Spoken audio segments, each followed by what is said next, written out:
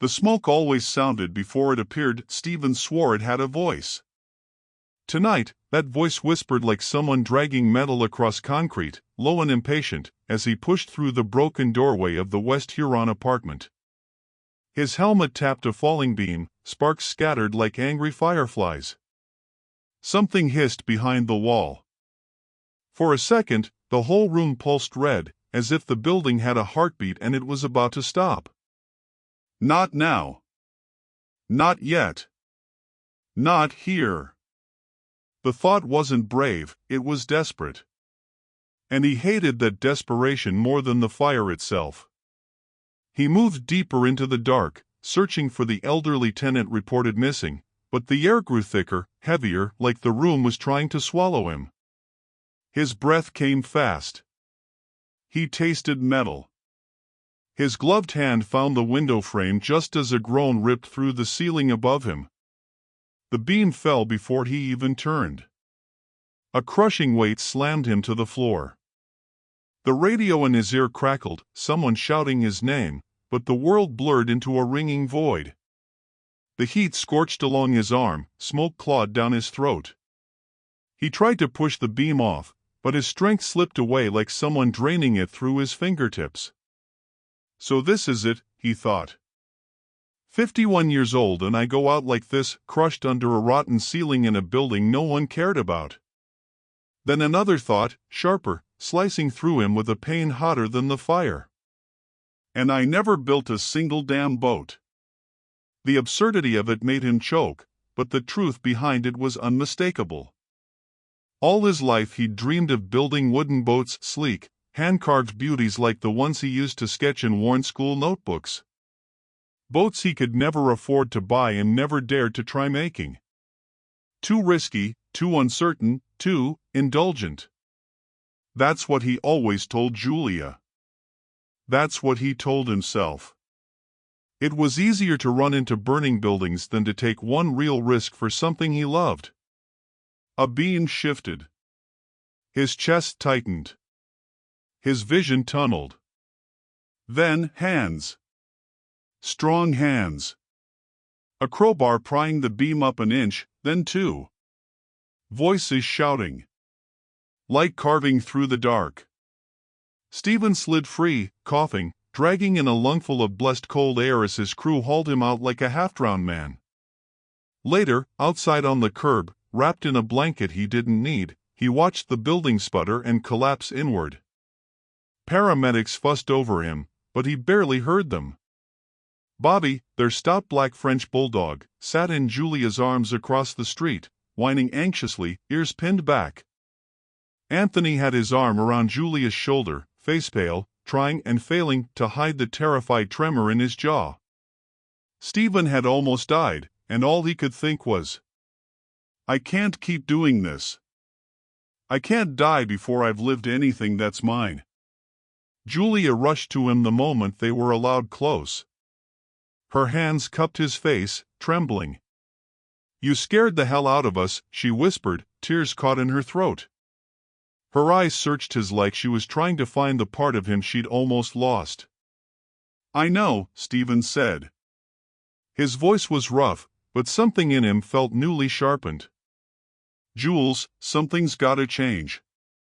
She looked at him, confused but afraid to press. He didn't elaborate.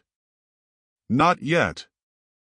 The idea forming inside him was small, fragile, like an ember he wasn't ready for the world to blow on.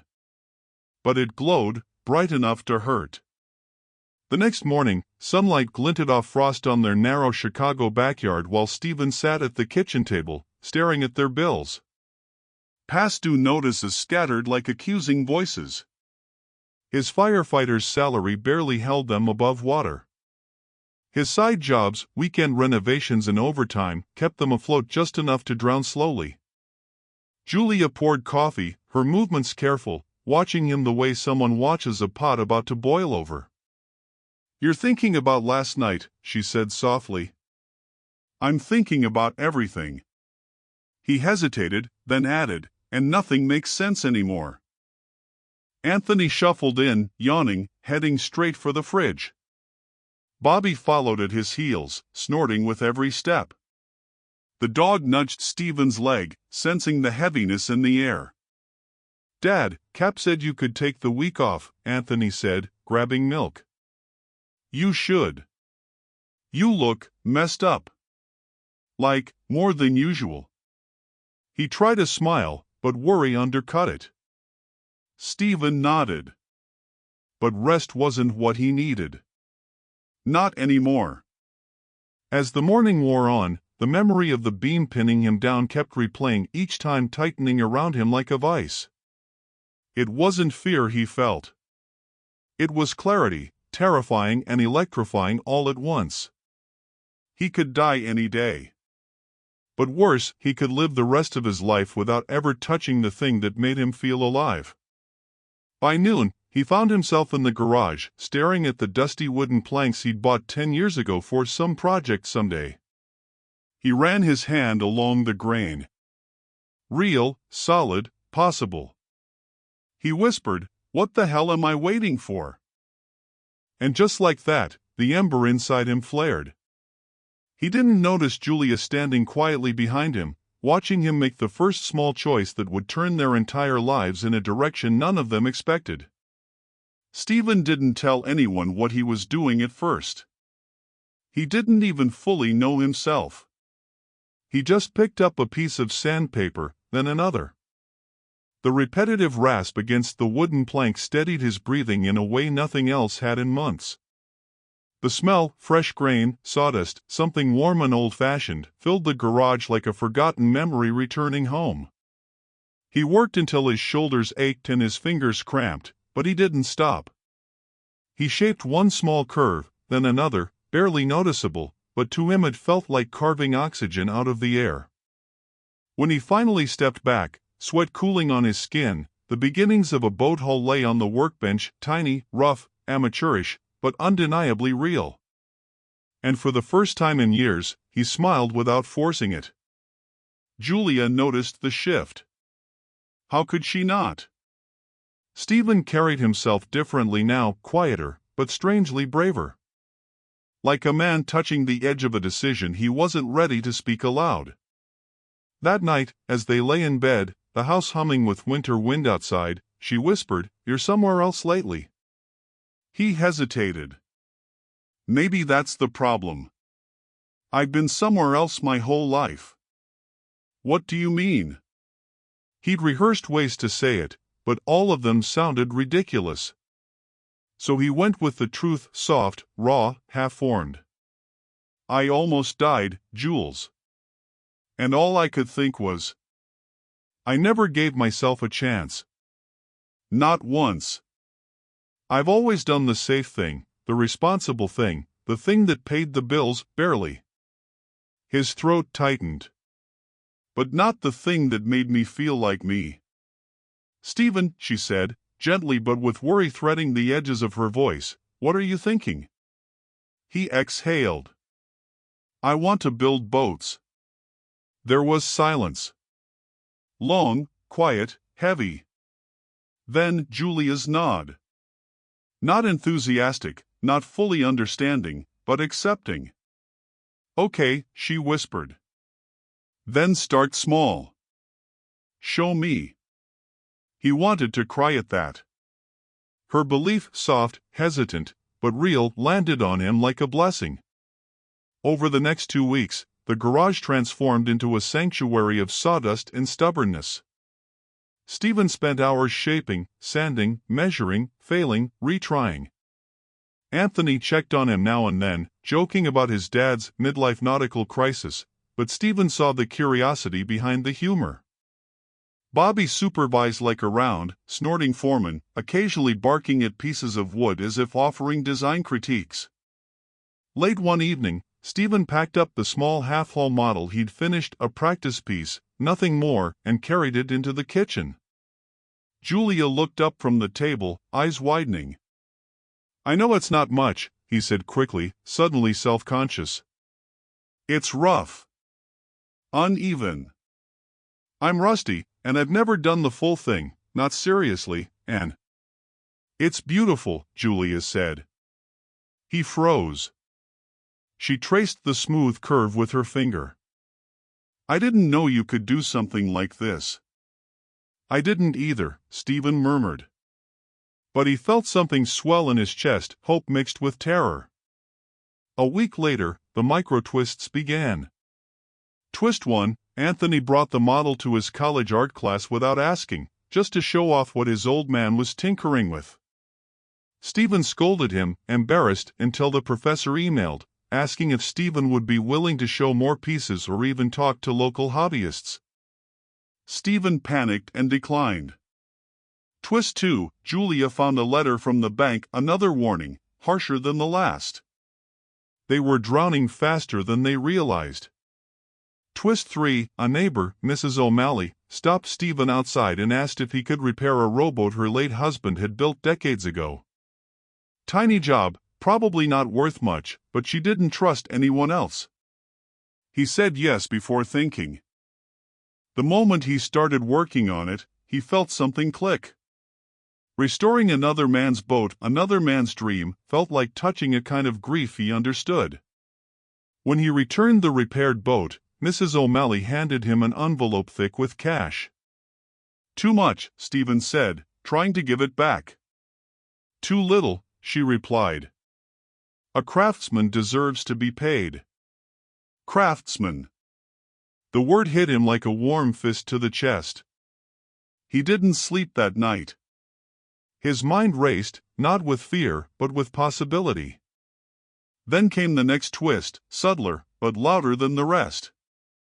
Julia, usually cautious to a fault, stood in the doorway of the garage at midnight, arms folded against the cold. "I've been thinking," she said. "What if you didn't go back to the station? What if you took a leave? A long one?" He stared at her. "We can't afford." "We can't afford not to try," she said, voice trembling but steady. "I almost lost you once already." Her words cut through him like a blade wrapped in kindness. He looked at the tools, the wood, the small model on the shelf. Something deep inside him, something he'd buried for 5 decades, stirred awake. "Okay," he said quietly. "Then we try." He didn't know it yet, but that decision would bring someone into their lives who would change everything, someone they hadn't met, someone who would arrive carrying a revelation that would blow open Steven's world in ways he never expected. The first morning of Steven's leave felt strangely weightless. No alarm at dawn. No rush to the station. No smoke-thick mornings or exhausted evenings. Just quiet. Just possibility. And possibility, he discovered, was both beautiful and terrifying. He poured himself coffee and walked into the garage, half expecting the familiar guilt to tug at him. "You're wasting time, you should be working, you're irresponsible." But instead, the garage welcomed him with a scent he was beginning to love, sawdust, oil, varnish, and something warm that felt almost like pride. He rolled up his sleeves. Day by day, the hull of a new boat began to take shape, his first true attempt. Not a model, not a repair, but a full build. A small lake skiff, simple but elegant.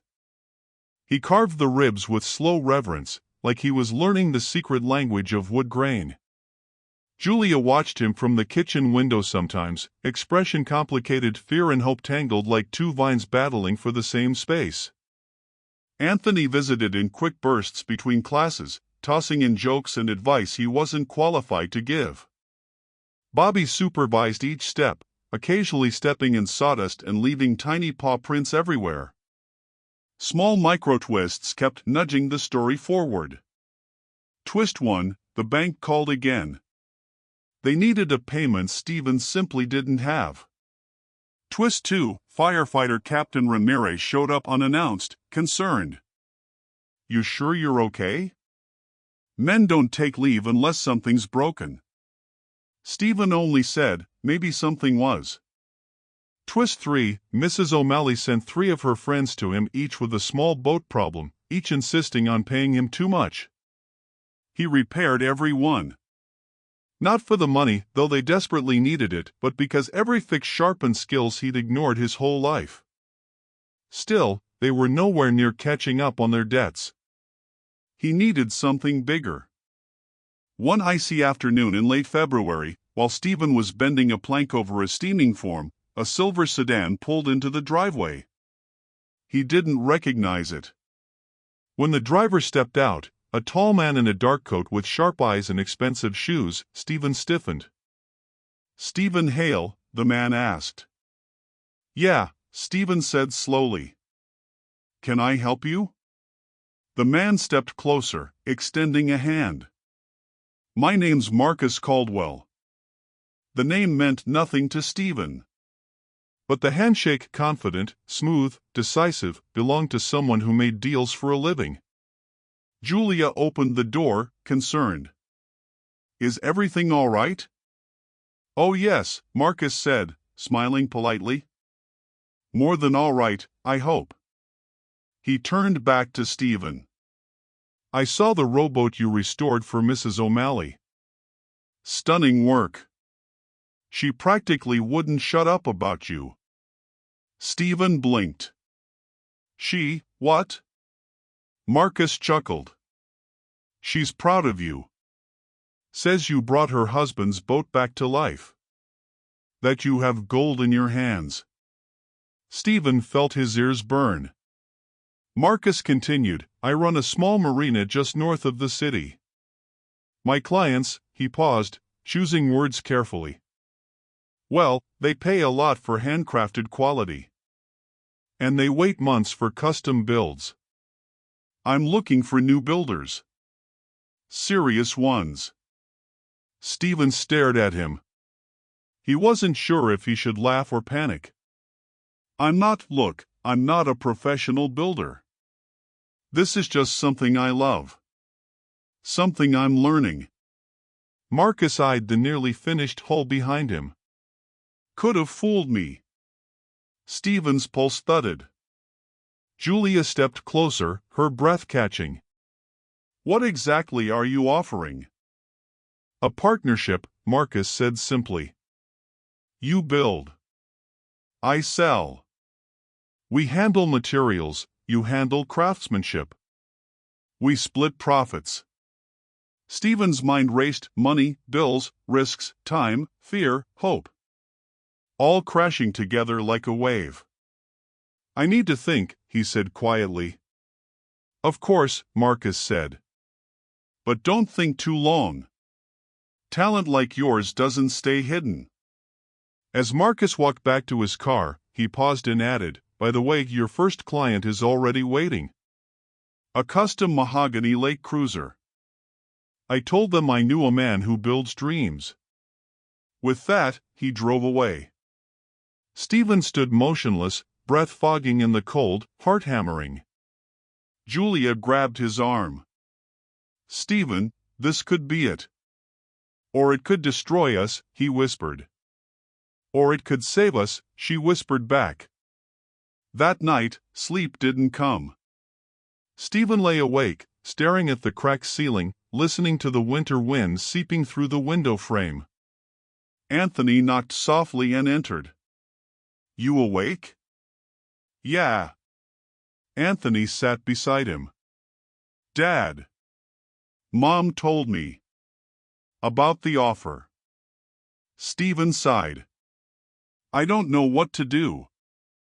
Anthony leaned back against the headboard. "Can I tell you something? I think you've spent your whole life being brave in the wrong way." Steven frowned. "What's that supposed to mean?" "You're afraid of the things that have meaning. You run into burning buildings, but you won't run toward your own happiness." Anthony swallowed. "I love that you save people. But maybe you should save yourself." It was the kind of thing a son didn't say unless he meant it with every bone in his body. Steven's throat tightened. Anthony continued, "And Dad, seeing you in that fire? I thought I lost you. If you died without ever doing what you loved." He shook his head. "That would have haunted me forever." Steven closed his eyes, the truth slicing through him. He'd spent 50 years convinced he wasn't allowed to want anything for himself. He was a provider, a firefighter, a man who fixed what was broken but never dared to build what was beautiful. Maybe it was time. The next morning, Steven called Marcus and said the words that would change everything. "I'm in." Marcus didn't cheer or congratulate him. He simply replied, "Good. Come down to the marina tomorrow. There's someone you need to meet." "Who?" Steven asked. Marcus's voice softened, unexpectedly serious. "Someone who knew your father." Steven froze. "My father?" He felt the ground tilt beneath him. "Why would anyone?" "You'll understand tomorrow," Marcus said. "Be ready." The line clicked off. Julia stepped into the room, seeing the shock on Steven's face. "What happened?" she asked. He looked at her, stunned. "Marcus wants me to meet someone who knew my dad." Julia's eyes widened. "But Steven, your father died when you were 10. "I know," Steven whispered. And just like that, the story opened into a depth he hadn't known existed, pulling him toward a truth buried for decades. The marina smelled like river water and cold steel, sharp, metallic, familiar in a way that made Steven's chest tighten. He stood at the edge of the dock, hands shoved into his jacket pockets, breath forming faint clouds in the crisp March air. The boats rocked gently, bumping against their moorings like restless animals. Julia squeezed his hand. "You okay?" "No," he said honestly. "But I'm here." That had to count for something. Marcus approached from the main office, walking briskly, his coat flapping in the wind. But there was someone with him, a smaller figure, older, wrapped in a weathered brown coat and a wool scarf that had clearly seen better decades. "Steven," Marcus called. "Thank you for coming." Steven nodded stiffly. His eyes settled on the older man, whose posture held a strange mix of caution and determination. "This," Marcus said, "is Henry Dawson." The name meant nothing. But the moment Henry looked at Steven, something cracked open, recognition mixed with sorrow. "You look just like him," Henry murmured. Steven's heart stuttered. "Like who?" he managed. Henry swallowed. "Like your father." The world tilted sideways. Julia's grip tightened on his arm. I don't understand," Steven said, voice thin. Henry looked down at his hands, then back up, eyes wet. "I was your father's partner. Business partner. Best friend. He and we built boats together." The sentence hit Steven like a bolt of electricity. "What?" he whispered. Henry nodded slowly. "Your dad was one of the finest wooden boat craftsmen I ever knew. We started a workshop together on the south side. We were nobodies, but God, your father's hands, they could turn raw lumber into poetry." Steven felt something inside him break open, something that had been locked away for 40 years. "My father never," he stopped, throat tightening. "He never said anything about that." Henry's expression twisted with pain. "He didn't have the chance." A heavy silence swallowed the dock. Henry continued, voice cracking, "There was a fire in the workshop. He saved my life that day. But the building," he shook his head. "He didn't make it out." Steven's breath froze. "He died, building boats?" "He died saving me," Henry said firmly. "But yes. He died doing the work he loved most." A tremor moved through Steven, not fear, but a sudden kaleidoscope of grief, awe, longing, and a strange, electric clarity. Marcus stepped forward gently. "I didn't know any of this when I reached out. But Henry recognized your name when Mrs. O'Malley mentioned you." Henry nodded. When I heard he'd restored a boat like it was nothing, like he'd done it all his life, I knew. I had to see you. Steven felt Julia's hand slide into his. He held it like a lifeline. So why tell me now? He asked quietly. Henry's eyes softened. Because I loved your father. Because you deserved to know who he was. And because, he took a deep breath. Because I'm dying. The words hit like a punch to the gut. Steven's mouth opened, but no words came out. Henry continued, not right away. But soon enough. And there's something I need to give you. Something he left behind. He reached into his coat and pulled out a battered wooden box, edges chipped, hinges rusted but intact. He pressed it into Steven's hands. This was your father's, Henry said, voice trembling. His last design. The one we never got to build. Steven stared at the box, unable to move. Julia's free hand covered her mouth. He always wanted you to build, Henry said softly. He talked about it constantly. Said your hands were just like his. Precise. Curious. Brave. Steven felt tears that he didn't expect, hot, unstoppable, spill down his face. He wanted you to grow up unafraid, Henry whispered. But losing him. I know it did the opposite. Steven opened the wooden box with shaking hands. Inside was a blueprint, hand-drawn, elegantly detailed. A boat unlike anything he'd ever seen. Sleek. Beautiful. Ambitious. And on the bottom corner, written in fading pencil. For Steven. Someday. The world went silent.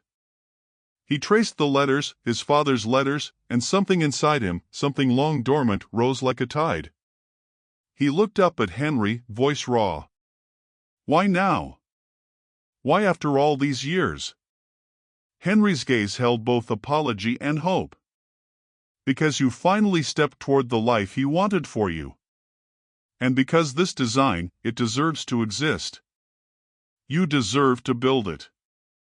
Steven exhaled shakily. Marcus cleared his throat. And if you choose to build that boat, Steven, I'll find the buyers. I'll finance the materials. Hell, I'll clear an entire dock for the debut. Steven stared at the blueprint again. The lines were perfect, confident, impossibly familiar, as if his own hands had drawn them.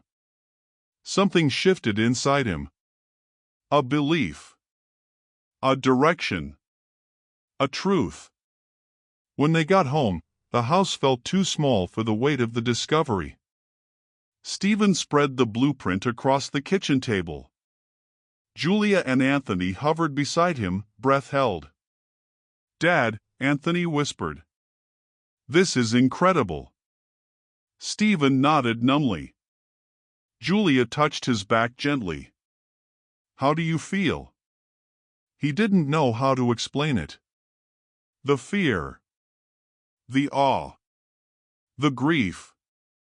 The sense that a door had opened, one he never knew existed. Finally, he whispered, like I'd been asleep for 50 years. Anthony grinned softly. Then wake up.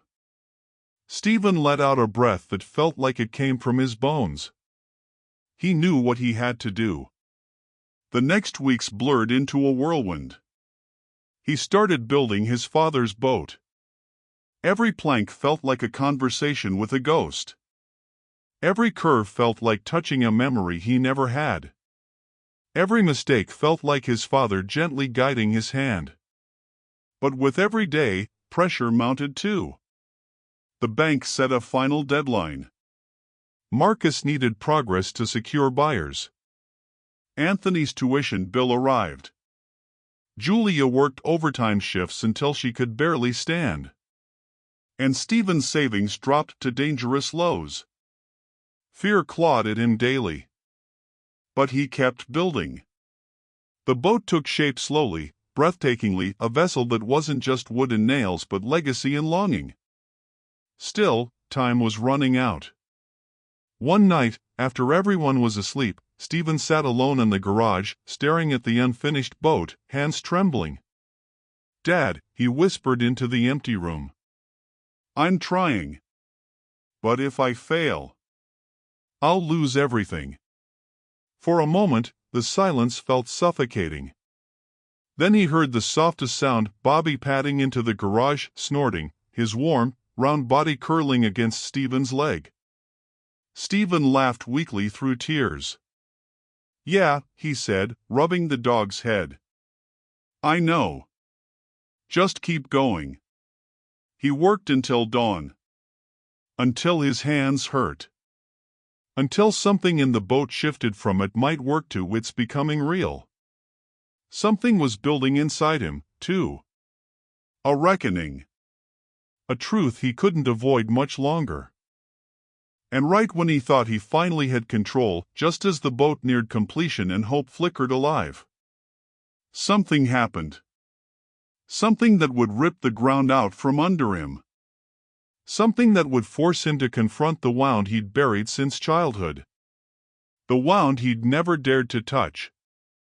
It happened on a Tuesday evening that felt too ordinary for the kind of disaster it carried. Steven was sanding the curved rail along the bow, his father's bow, really, when the phone rang inside the house. He ignored it at first. The garage hummed with purpose, and he could almost hear his father whispering corrections through the grain of the wood. But then Julia screamed. Not scared, shattered. Steven dropped the sander and ran. He found Julia on the kitchen floor, the phone dangling from her hand. Anthony knelt beside her, face pale as chalk. Bobby whined, pacing in frantic circles. "What happened?" Steven demanded, heart punching against his ribs. Julia lifted her face, tears streaking. "Henry, he's gone." The words punched the air out of him. "No," Steven said. "No, I just saw him last week."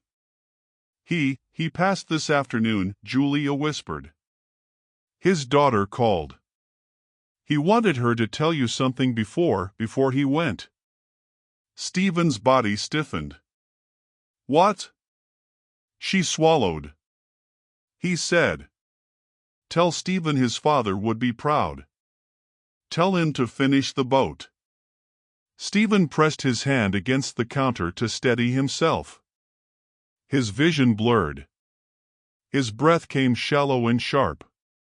And then he broke. He slid to the floor, head in his hands, sobbing in a way he hadn't allowed himself since he was 10 years old.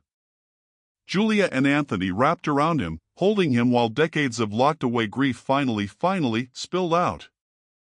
Henry had been the last connection to his father. The last living witness to the man Steven barely remembered. The last voice capable of filling the giant, aching silence of his childhood.